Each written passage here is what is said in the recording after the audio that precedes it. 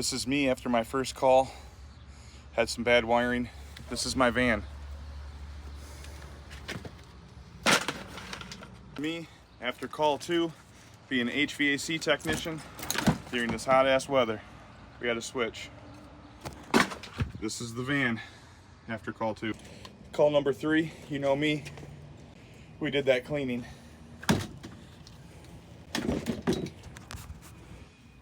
Van after call 3. Call number 4, bad contactor. It's getting hot. Van's still looking good.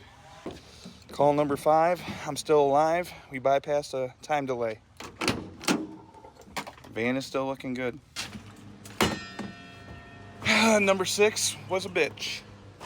Ran us some wire for a Nest. New thermostat.